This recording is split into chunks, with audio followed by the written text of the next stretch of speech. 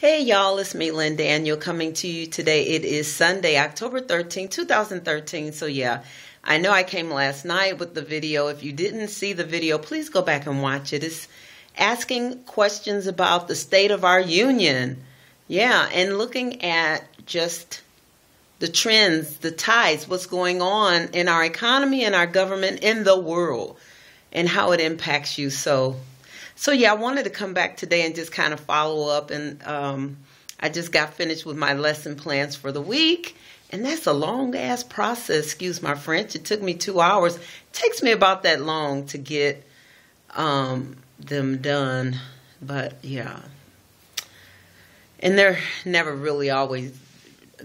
fully done because you're always thinking of how to revise them or add to them and tweak them. So whatever. So I wanted to touch base and just invite you all to go and read my blogs that I have on empowernetwork.com/Lynn Daniel. Today's blog is up. I wrote about the same topic pretty much, but I added in some more details and information and facts that I gleaned from other sources that were shared with me that came my way today. So go back and check out it's the United States on the Verge of Collapse is one of the blogs, the blog from today. And then I have a blog up about bullying. That one was posted, I think, either Friday or Saturday. I think Friday. That one's quite interesting. And then I posted one Saturday, and I think that one is more on gang stalking or how bullies really go in on a targeted individual. So that's a whole nother stratosphere of information, but it's relevant to a lot of people, even to adults. So check it out. You know, if you're an adult dealing with bullying on the job or at your university or, you know, wherever your day is spent. And yeah, oh, my hair is fraying and spraying all over the place. But so you all, I don't know, I just kind of want to chat a little bit today about the economy. I know in yesterday's video I mentioned that the state of Ohio had the EBT card shutdown thing where recipients of government aid for food couldn't use their EBT card, their electronic food stamp debit card. Well, that was, according to the article that I received this morning, 17 states. But according to some data that I just got like an hour ago, it was nationwide.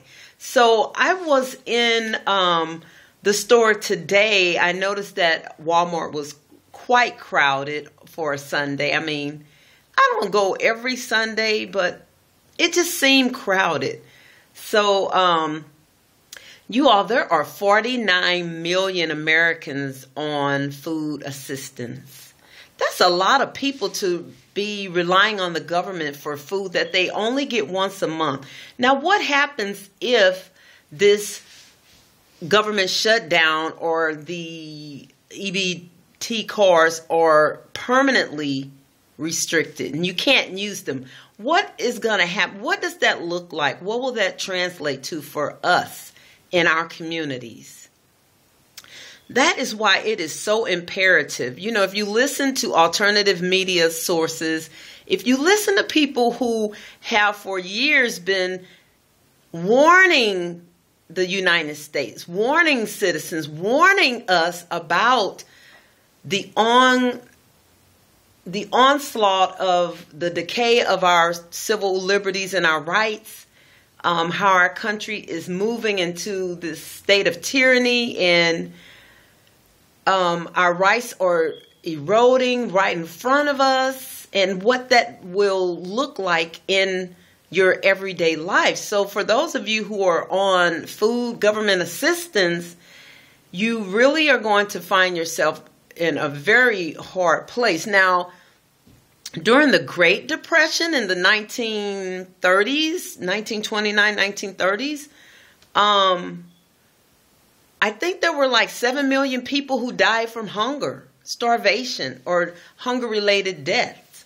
But with 49 million people receiving food stamps in the United States in 2013, that's a lot of people to be starving. So what does all of this mean? And this is in no way to frighten you, but it is time to wake up. You know, earlier in the year, I had said just a little random prayer about, you know, waking up. It was really a random prayer request. It was not one of those, you know how sometimes you get all serious when you pray and you be all bowed down on your knees praying. This was just a random going about my business kind of a prayer for me and for people in my age group to become very aware and alert of the systems in place in our government and how our lives are impacted by these systems and how we are interdependent and very dependent upon these systems. And for me to see, to realize and recognize what my life, my own personal life would be like if I needed to stand independently, you know, or separate from the systems. So yeah. And I'm grateful because in saying that prayer, my life just kind of, my interests and my attention just kind of took a right turn into just my focus became different. I really got an urge and a drive to want to try again at building an in-home business. And that was something that I had been trying to do for a couple of years, unsuccessfully. And it's taking a turn. It's still very new right now, and it's still very in its infant stages where I'm learning. But I really got that urge, that desire to try again to build a business. Why? And I don't know. I think it really, I think it is because when your job is your source, you're grateful for your job, okay? You're really grateful for your job. But you have to learn how to survive in case the job just goes through something. And I don't even know what the something is, but I sense it. And I'm not the only one who is sensing it. And it's not a fear-based sense. It's like when you're outside and the winds are shifting and you smell the rain coming. And you see the clouds forming and blowing and pushing that weather front towards you. You can smell the rain before the clouds burst. And that's just how it senses in me.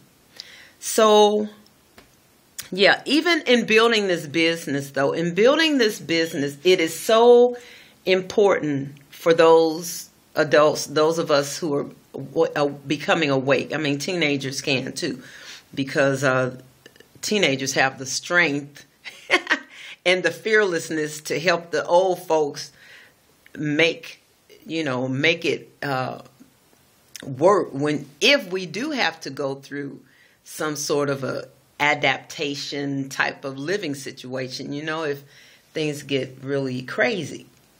But coming to that awake stage means you're going to have to shift your focus. Even your news source is going to have to shift. Have you recognized? Now, here's another thing that in my little loose prayer to the Lord, I was just saying, noticing that, wow, why isn't the news anymore? Why is it all focused on entertainment?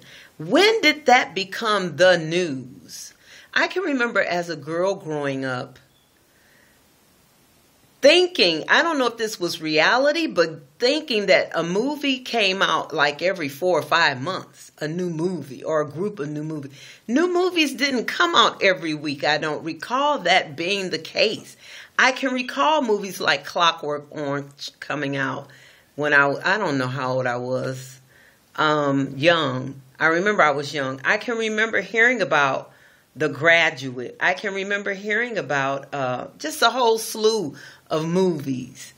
One Flew Over the Cuckoo's Nest and all these movies, you know. And they just seem to not be a weekly thing. You look in the newspaper and you see the same movie in there. And then a new one comes out in like a couple of months or so. But nowadays, entertainment we're flooded with entertainment, sports and music videos and movies and video games and so much. And why is that? Now, I don't want to sound like a spoil sport because I like video games. I haven't played any of these new ones because I have what do we have? We have a Nintendo 64. Okay, that tells you how old this stuff is. But I can enjoy fun. I like fun. But really, when you have invested so much energy, time, and treasure in your life and in your living situation, it's time to take the focus off of entertainment and fun stuff and really begin to go behind the curtain and pierce that veil that is covering the truth about the condition, the state of the union. The economic situation in our country is frightening. It is at that level, you all. We don't need anybody to tell us that. Our country is on the verge of economic collapse. If you really take a look at credible sources like with the various organizations in the corporate arena, in the banking, financial arena, when you listen to what they are saying, you keep hearing the same refrain just resonating through, that the United States dollar is worthless.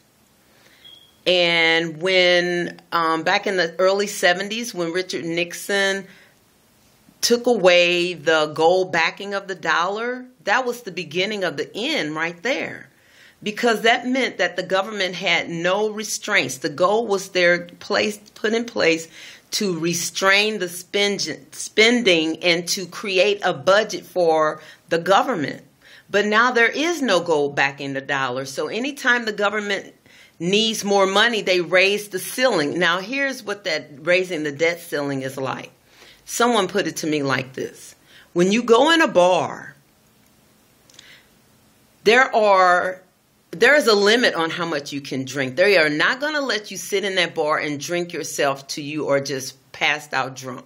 There is a ceiling to how much they are legally responsible to let you drink.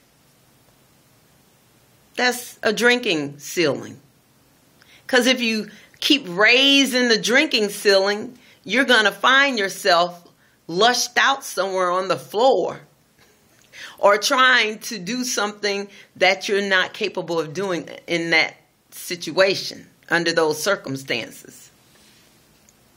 Same thing, y'all. The government keeps raising the debt ceiling, and they're just printing more and more money, putting just valueless dollar. Every time they print more money, it diminishes the value of the currency.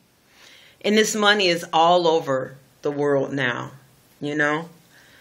And some countries don't even want to accept it as payment on loans and stuff. They're looking at it as valueless because there is no gold backing of the dollar anymore. So that tells you right there that this fiat dollar is going to, it's got to come to an end sometime soon. So, you know, and that's just a reality, y'all. It's just a reality. So what does that mean? What does that mean then? What can we do, those of us who have a few dollars, and I have friends who have mega dollars? My friends, with mega dollars, you all need to start buying gold right now, gold and silver right now. Now, in massive amounts if you're able to, because I heard today where I think it's Greece. It might be Greece. It's one country that was mentioned. I know Greece is having an economic collapse.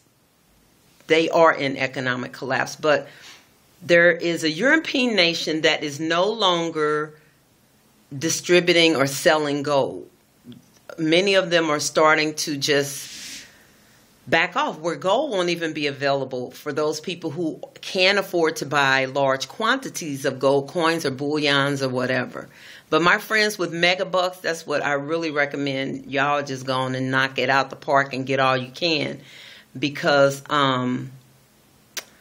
you know, the dollar is going to be worthless. And you know, with the government shutdown, and I know I'm saying a lot, so if you want to take notes, take notes. But, and it is going to bounce all over the place because I don't have a plan here. I just really want to share with what I've been learning with you all, and not in a way to brag or to make myself seem smart, because I'm not. I'm just an average citizen who really wants to be informed so I can make informed decisions, because I don't like being lied to.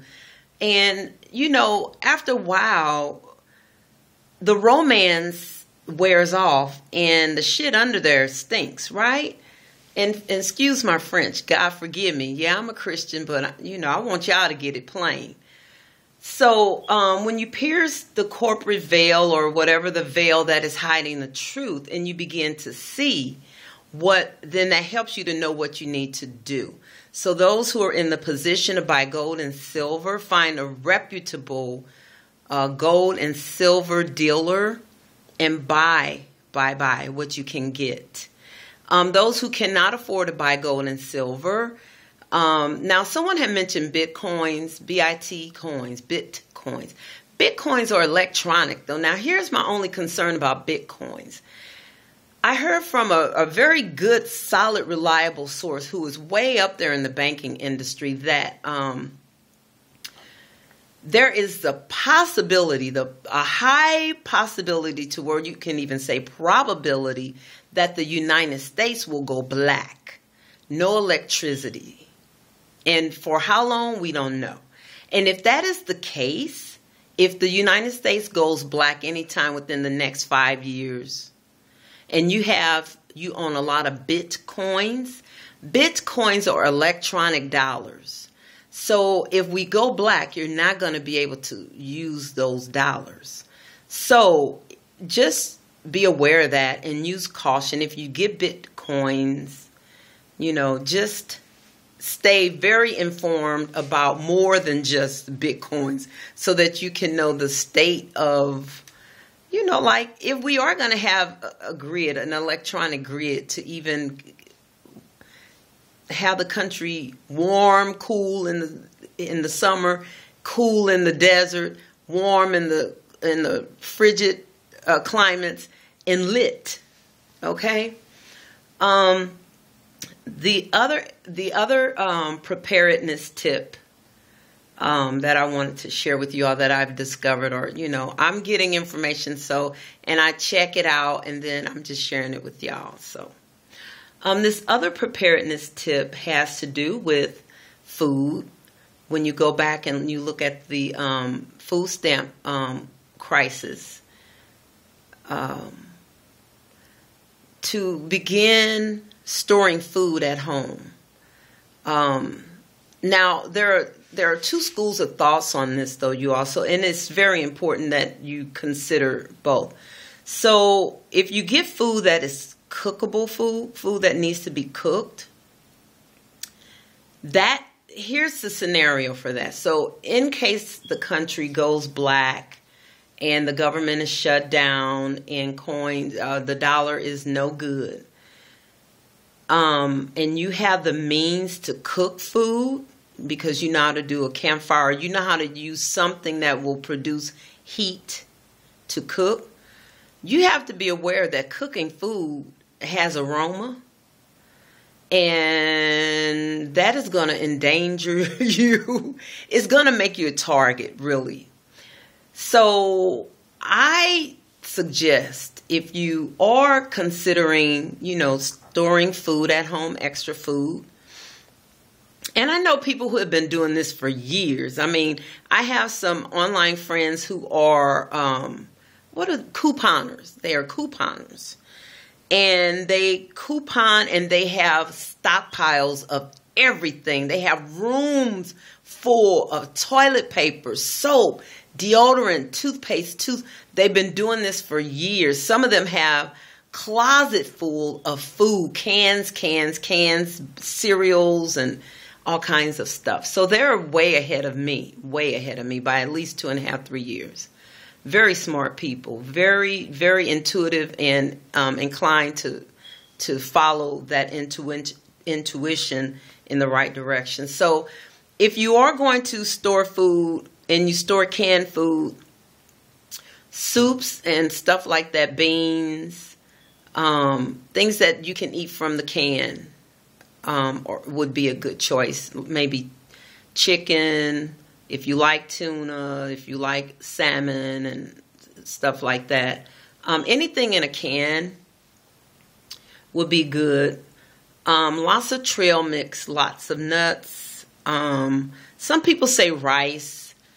Rice has an aroma when you cook it, but some people say rice because you can share rice with your neighbors. If you have a lot of rice, you can share rice with your family and with neighbors.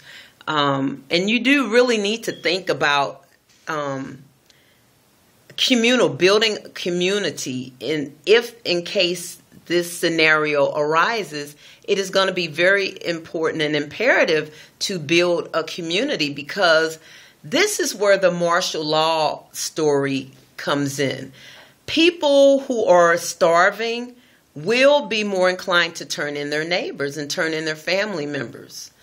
And when they turn in people, they get a privilege. They get they get paid something of value, food, water.